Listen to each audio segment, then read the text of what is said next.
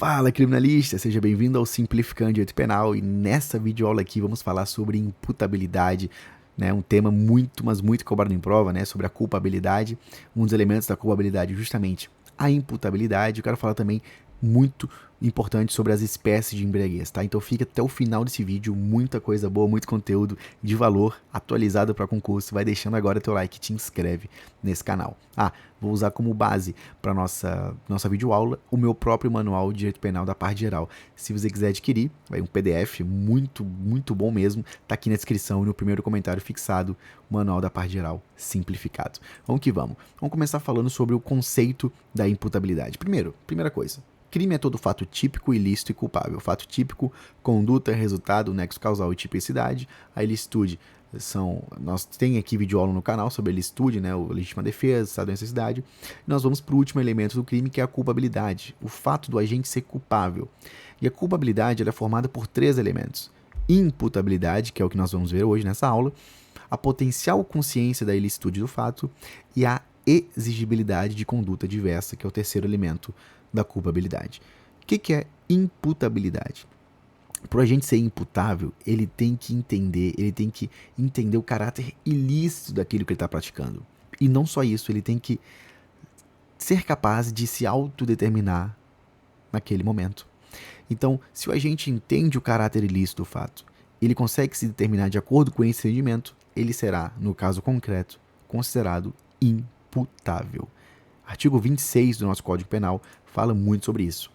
É isento de pena o agente que, por doença mental ou desenvolvimento mental incompleto ou retardado, era, ao tempo da ação ou da omissão, inteiramente incapaz de entender o caráter ilícito do fato, ou de determinar-se de acordo com esse entendimento.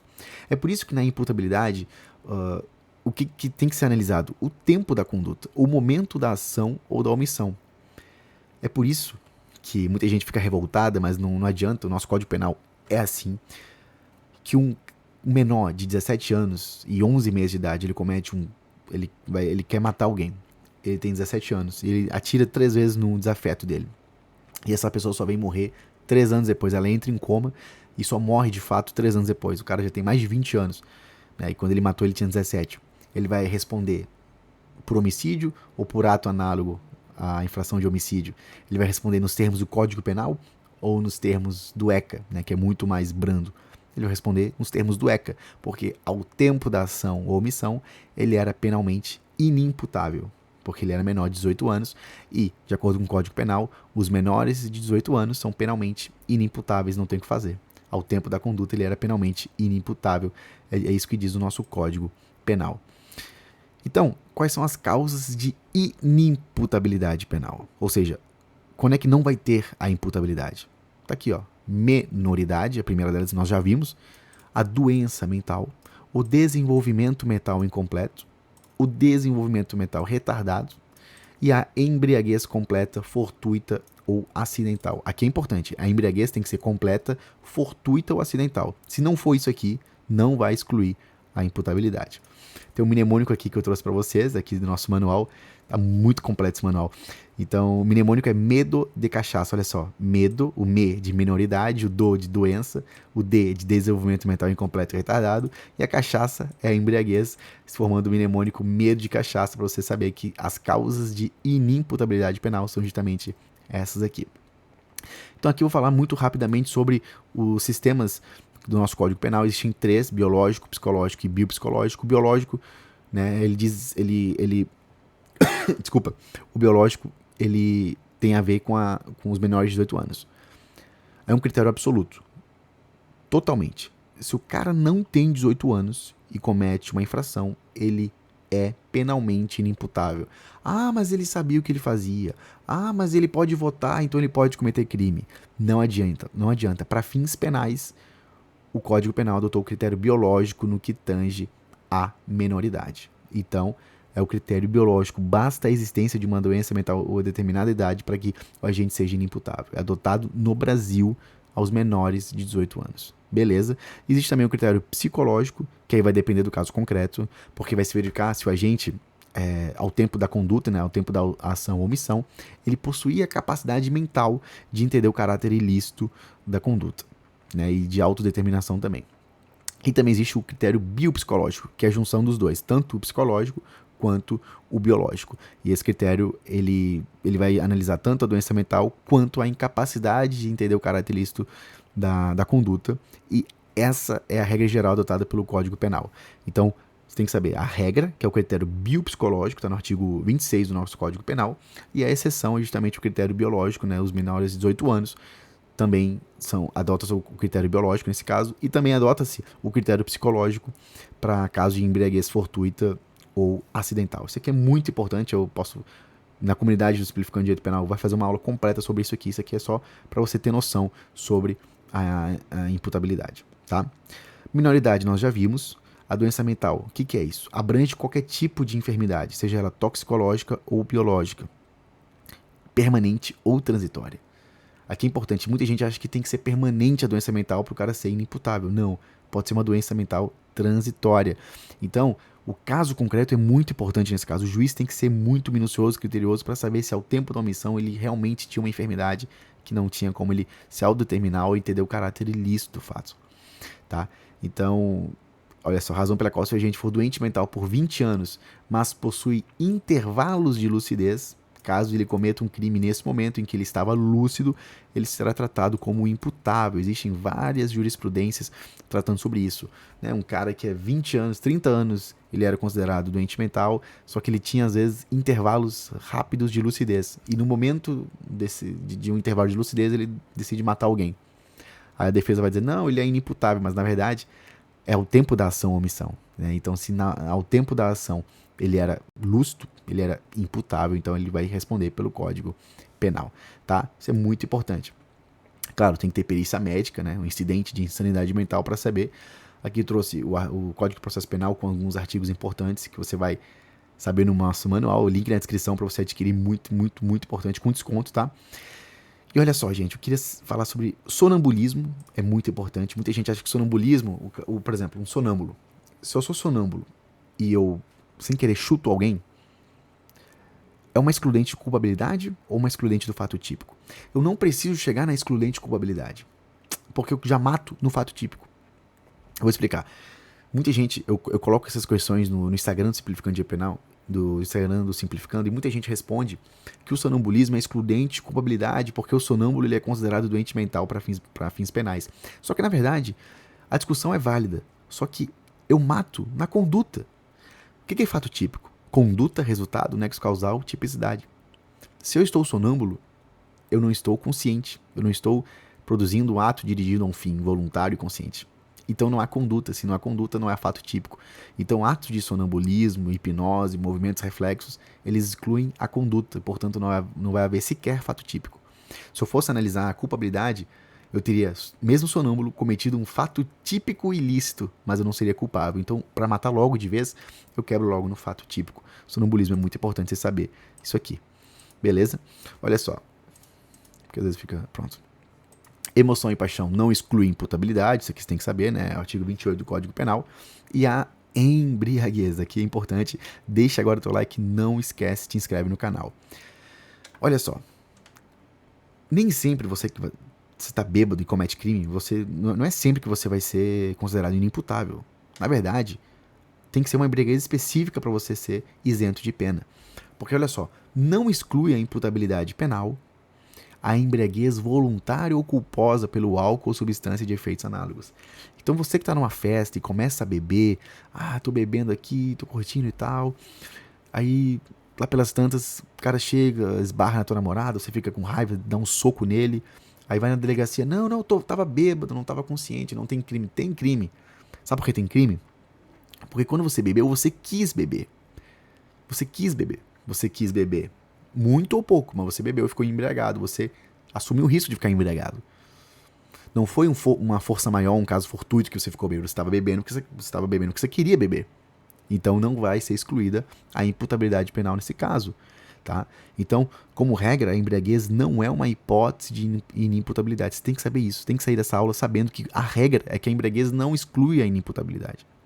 Não exclui a imputabilidade, desculpa. Então, olha só, existem exceções, é óbvio. Olha só, a embriaguez crônica ou patológica é uma espécie de embriaguez que pode isentar o agente de pena. É uma doença, nesse caso, a patológica, né? Então, a dependência química do álcool, quando o organismo do agente não consegue expelir, não consegue eliminar o álcool, então ele bebe só um golinho de cerveja e ele tem um problema de saúde que não consegue expelir aquele álcool, ele começa a ficar bêbado e tudo mais. Isso aí é embriaguez crônica, patológica. Aí eu tô falando de casos raros, exceções, que pode sim acontecer de acordo com o caso concreto, excluir a imputabilidade do agente. Só que, como regra, não se exclui. A voluntária, a culposa, não exclui. Então, o que é voluntária? É intencional, que é a mais comum. O sujeito quer se embriagar, mas não tem o desejo de cometer infrações. As brigas que ocorrem em festas, como eu falei para você. E a culposa é aquela em que não há intenção de se embriagar, mas por imprudência o agente ultrapassa seus limites de consumo de álcool e acaba ficando bêbado. Aqui também é muito comum em festa. O cara, não vou beber, não quero, não tô de boa, aí bebe só um golinho, não quero ficar bêbado, e pum, fica bêbado. Ele tem muita facilidade de ficar bêbado e comete um crime. Não vai ser excluída, infelizmente, ou felizmente, não sei, a imputabilidade penal nesse caso. Então, como eu falei para vocês, embriaguez voluntária e culposa não exclui a imputabilidade, artigo 28, inciso 2º do nosso Código Penal. Além dessas duas, existe uma que é mais grave, que é a embriaguez pré-ordenada. O que é embriaguez pré-ordenada? Pensa num cara que quer matar o seu desafeto, só que ele não tem coragem de fazer aquilo sóbrio. Ele não tem coragem. Cara, não tenho coragem de fazer isso, pelo amor de Deus, eu vou ser preso e tal. O que ele pensa? Eu vou me embriagar, porque eu estando bêbado eu consigo matar essa pessoa, porque eu não vou ter discernimento das coisas, vou matar. E aí nesse caso o que ele faz? Ele toma cerveja, toma cachaça, mistura tudo, fica bêbado e mata essa pessoa. Ele pode alegar excludente de imputabilidade? Não. Pelo contrário, essa embriaguez é a pré-ordenada. E nesse caso, ele não só vai ser punido, como vai ter uma circunstância agravante, né? Vai incidir na segunda fase da dosimetria da pena. Isso aqui é muito importante. Embriaguez pré-ordenada é quando a gente se embriaga para o fim específico de cometer um crime que ele não conseguiria fazer sobriamente. E aí vai analisar o que vai incidir. A teoria da actio libera in causa, nesse caso. Ação livre na causa. Ou seja, vai antecipar a punibilidade, antecipa-se a análise do agente. No momento que ele se embriagou, ele queria cometer o crime. Então, é por isso que se pune a embriaguez nesse caso, pré-ordenada. E além do mais, é muito grave, porque ele bebeu para fazer isso. Tem muita gente que bebe para dirigir e matar alguém. Então isso é embriaguez pré-ordenada. Nesse caso, não só vai ser punido, como vai ter uma circunstância agravante muito importante, tá bom? É uma agravante genérica nesse caso. Tá aqui o artigo 61. Estado de embriaguez pré-ordenada. Ou seja, são circunstâncias que sempre agravam a pena quando não constituem ou qualificam o crime. Ter o agente cometido o crime em estado de embriaguez pré-ordenada.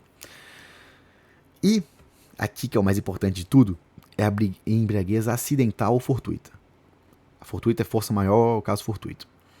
Então são acontecimentos inevitáveis e imprevisíveis, né? Então a doutrina costuma exemplificar com um agente que trabalha em indústria. Isso aqui é absurdo, mas enfim, cai em prova.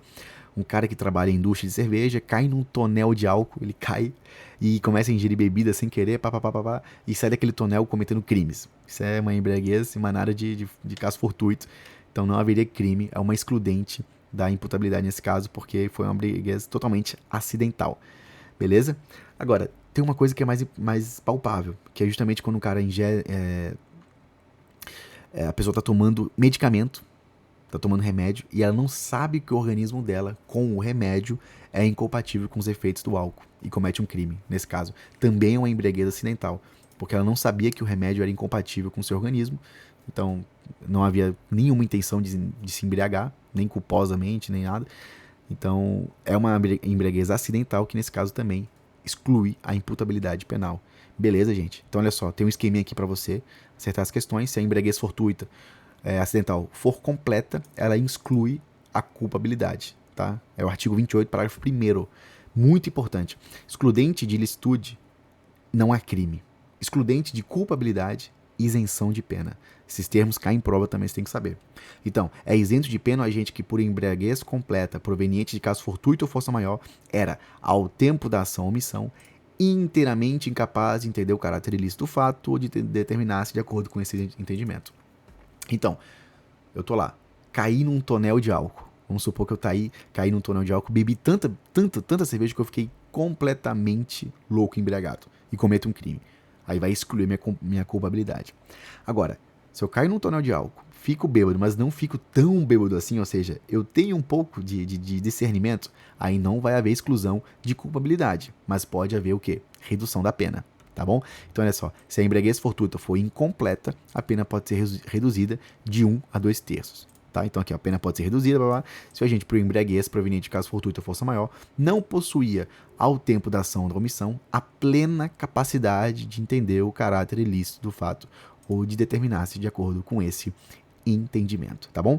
Então, no meu manual também eu trouxe esse resumo aqui que diz tudo sobre a espécie de embriaguez, então não acidental, acidental, patológica, pré-ordenada, que é uma agravante, tá? Então, se não quiser adquirir agora o manual, tira print, mas não vai ficar por muito tempo aqui essa videoaula, então é melhor você cuidar e adquirir logo isso, tá? Comigo, a parte geral, você vai gostar demais, tá? Também tem questões, comentários ao final de cada capítulo, então vale muito a pena você adquirir para estudar comigo de uma forma completa e em breve vai sair a parte especial aqui do manual, beleza? E depois, potencial consciência da ilicitude, que vai ficar para aula, para a comunidade. Também tem comunidade simplificando aqui na descrição para você ter um curso completo aqui de Direito Penal com o professor Rafael, tá bom? Espero que vocês tenham gostado, deixa seu like, te inscreve no canal, é muito importante a tua força. Eu te vejo no próximo vídeo.